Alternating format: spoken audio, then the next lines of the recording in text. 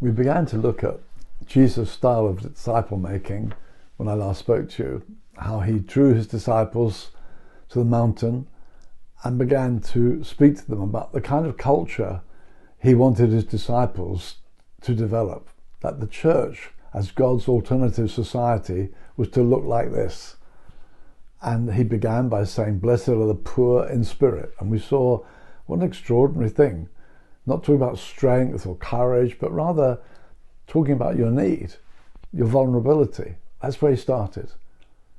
Now we move on to the next one, which says, "Blessed are they that mourn, they shall be comforted." Now, probably that verse has been stolen out from the setting more than any of the other verses, and talking about death and mourning for the death of a loved one and how God comforts. And I don't despise that, but I don't think it's the context really. I believe this is Jesus taking his disciples and saying to them, look, these are the characteristics I'm looking for in you. This is what you will look like as a community.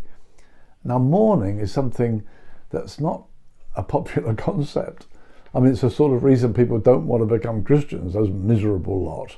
That's how we're dismissed by people, because they regard Christianity as miserable.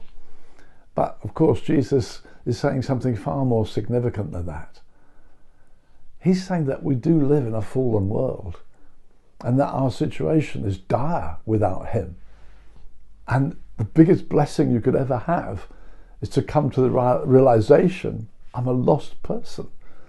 And of course, when you read about revivals where God is coming in tremendous power, you'll find this is very evident, that the unsaved are broken. They're crying out. They're realizing, I'm lost, I need to be saved. It's in the early church on the day of Pentecost. What must we do? Now, today, evangelism tends not to have that characteristic about it. It's, did you ever felt need? Things are so much kind of lighter. I remember saying to my wife once about a person whose whole life experience seems so much broader than mine. I said, I feel like I only play the center notes on the piano. He plays the high notes and the low notes. The Bible's full of high notes and low. And certainly mourning is very relevant in a broken world.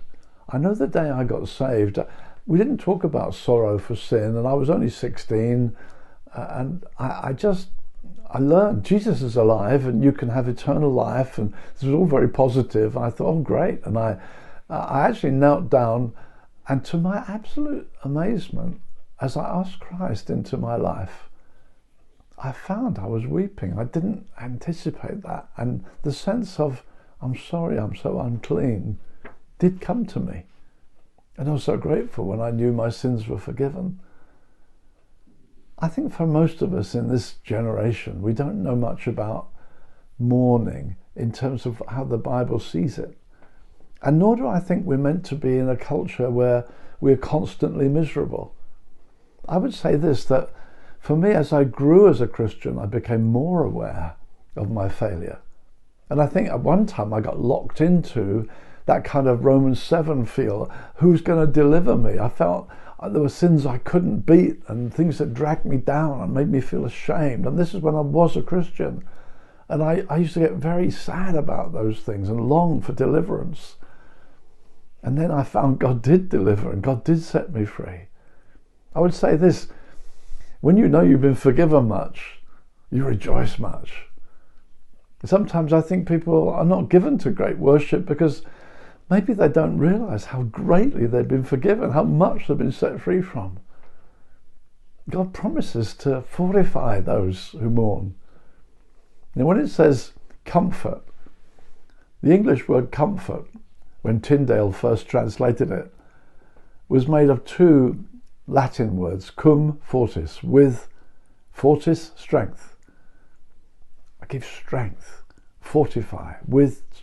Now these days, comfort means cushion. Are you comfortable? Would you like another cushion? Really, it means to add strength, fortify. Here we have this invitation to mourn about, our state, our condition. God will fortify us as we come through.